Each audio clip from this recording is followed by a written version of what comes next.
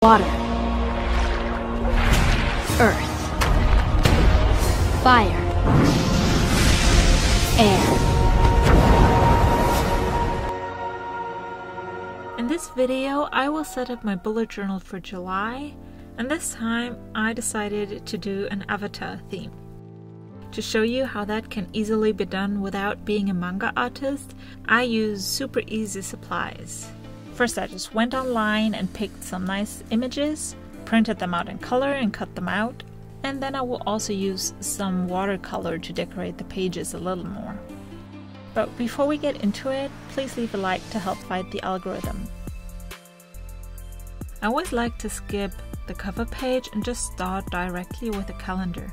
So the calendar spread always right of functions as my cover spread at the same time, and I thought it would be nice to have an ang in the avatar state right on this page. For the headers, I tried to imitate the avatar font, and while writing this out in pencil, I had an image of the avatar font right next to me. Bullet journal setup videos often give the impression that people know how to write different fonts very easily, but that's actually misleading. What you usually don't get to see but is part of the process is how they sketch out everything in pencil, which of course allows to erase and redraw stuff until you're happy with it. And often this takes much longer than outlining everything in pen. Pre-drawing also helps getting your hand used to the new font. Another thing, of course, is patience. Let me tell you, for this lettering I sped up the footage, not just double speed, but 1200% of the original speed. Writing in real life takes time and patience, so don't get discouraged by what you see online and just keep trying. My spending tracker for this month has a little bit different layout from what I typically have. Usually I like to track my expenses in categories, but in July I'm going to travel, so I have to account for a lot of different expenses from what I usually have, and also different currencies. So I decided to just make a chart for dollars and one for euros, in which I can just list all my expenses. And then on the left I have a column where I could put a symbol for the category. I have never used watercolor on this paper before, so I started out very carefully, slowly testing out how much the paper could take. This journal is not an art journal, but just a regular Leuchtturm with 80 GSM paper, which is half of the thickness that the popular 160 GSM paper art journals have. I tried to use as much pigment with as little water as possible, but I sort of had to figure out how it works best along the way. As expected, the water warped the paper a little bit, but surprisingly, there was no bleed through whatsoever. When writing on top of watercolor, I really made sure that the paper was all dry to prevent any bleeding as well. On the following page, I have a massive tracker. I kind of stopped using regular habit trackers a few months ago and started using this big tracker instead that should help me to establish a morning routine. After over a year working from home, I felt like this was really necessary. And filling in this tracker actually motivates me to do the things that I want to do every morning. Of course, there are also some categories in here that I don't do on a daily basis, but just want to track in a literal sense. For example, how often I need to wash my hair. And a few things are more goals that I want to meet, which is more like how I typically used my habit tracker in the past. Keeping up with the news, for example, or drinking enough water are some of these goals. Especially drinking enough water is such a hard thing for me to do. To give this monster list some structure, I grouped the things into categories such as self-care or mental health, eating habits and exercising is health. Stuff that I consider important for my work are work and water, of course. You might think that drinking only 5 glasses of water each day is a very realistic and achievable goal, but let me tell you, not for me. For some reason, I struggle so hard drinking all of this water.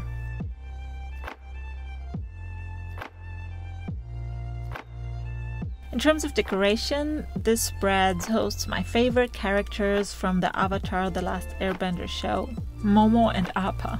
I mean, Appa is just a cute giant flying fluff. But Momo is so cute with his ears and his big eyes. He has a special place in my heart. I gave them a yellow background because for this setup I decided that yellow would be the color of the air element, and these are both airy animals, I think. For the weekly spreads I decided to assign one element to each week. And for each week I used 3 decorative pieces that are a banner, the element symbol, and a character. In terms of layout, I decided to try something new. For nearly 1 year now, I plan my weekly and daily stuff according to the Alistair method, or rolling weekly as Plant-Based Bride calls it. If you want to learn more of how exactly I use that method, just check out my September video that I have linked below, where I have explained everything in detail. Since I use this very same method every single month, all my weeklies kinda looked the same, so I decided to change things up a little bit and go for a box style calendar, and just incorporated the columns for the rolling weekly into those boxes. That just seemed to be a very good compromise to me.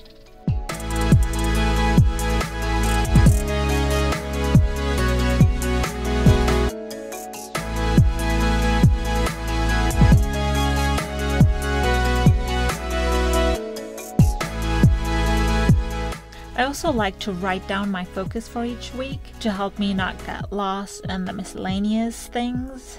And yes, I misspelled the word, but then also kinda not, since I used a K instead of a C. And this is just the way it's written in my first language, German. Sometimes it just comes through and I can't do anything about it, but that's okay.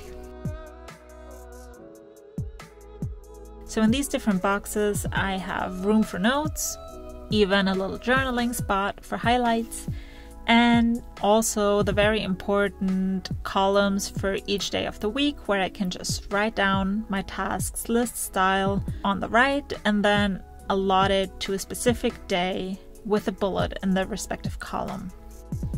And I actually like the way how this turned out.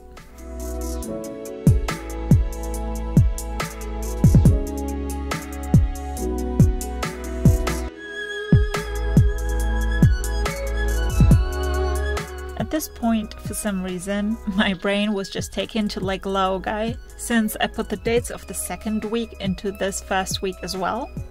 But it was an easy fix later on.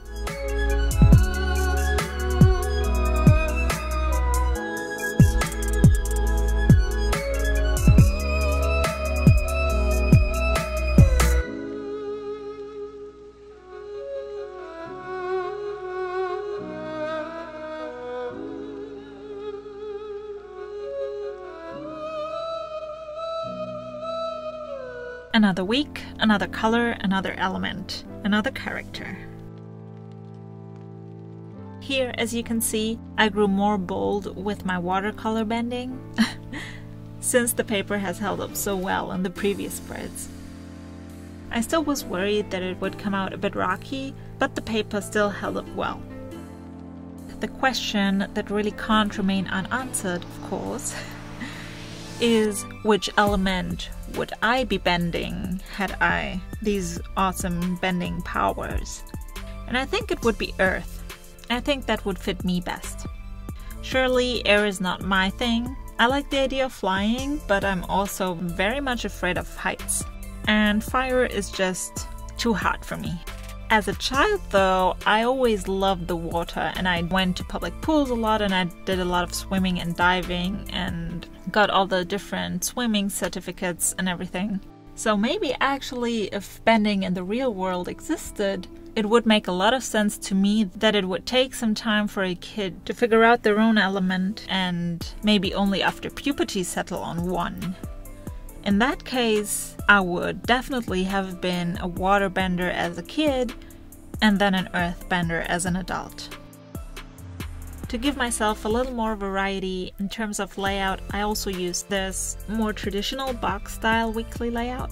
And what I like about this layout so much is that any event or thing that is going on in this specific week of your life can have its own box with its own little header where you can, write down anything related to this one event or thing. In this week, I just have a little box to write the meals in that I plan to cook. And since I'm going to travel the week after, I gave myself some extra space for travel preparations as well.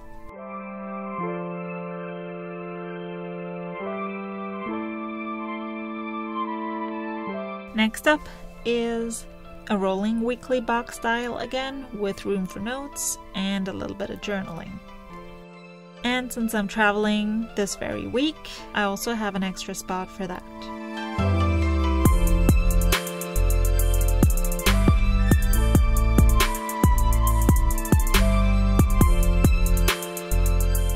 After water and earth, as we know, comes fire. This time I was even color bending a gradient from red to yellow, and of course blending colors like this requires more water, as well as going over the same spot several times. And both of these things really put constraint on the paper. But the paper's really quite tough and withstood that bending exercise with no bleeding, just a little bit of warping. Zuko's actually one of my favorite human characters in the show because he has the most complex gray-shaded character in my opinion, and his character development is quite significant.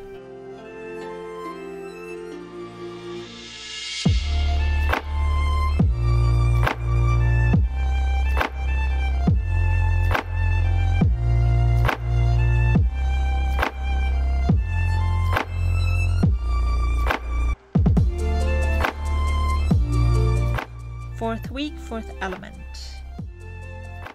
On this air spread, I was actually also trying to not just represent the element through the colors, but also a little bit through the patterns of my strokes. It feels like with each spread, I grew a little more confident and creative in the use of watercolors.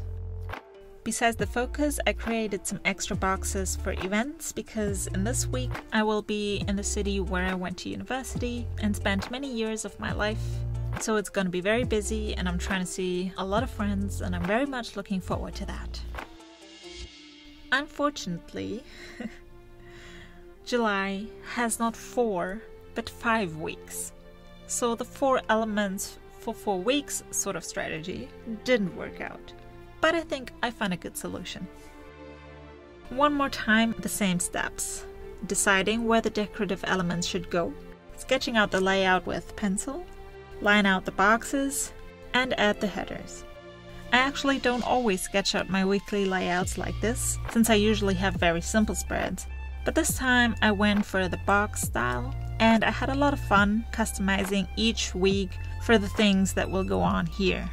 For this week, it's an extra box for my gynecologist appointment, just to give me some room to note down all the things that I want to talk about, or things that my doctor might say that I really don't want to forget. As you can see, I chose the White Lotus for my last week, since it's also a relevant sort of institution for the story, but especially because Ira is really my one favorite character in the story. He's just so wise and weird and goofy, but at the same time extremely talented, and he also has some history. And even though I personally despise tea in any way, I really loved how his fulfillment of personal happiness sort of is just making good tea and serving it to people. The very last spread of the setup is going to be my diary. Here I laid out all the elements, and I also really tried to give them not only the right color but also the right shape and pattern. I did a lot of positivity journaling in form of a 1 line a day spread in the past, but now I felt like changing up things and just have some free space for journaling without the requirement to write in here every day.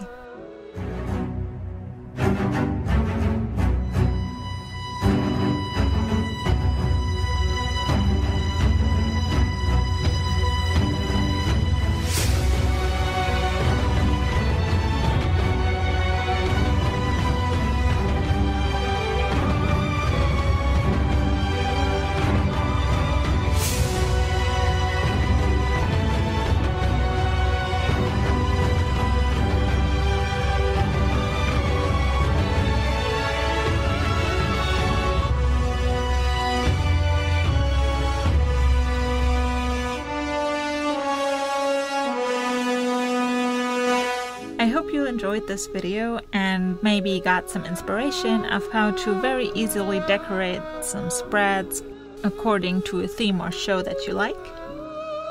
And I wish you all an animated July.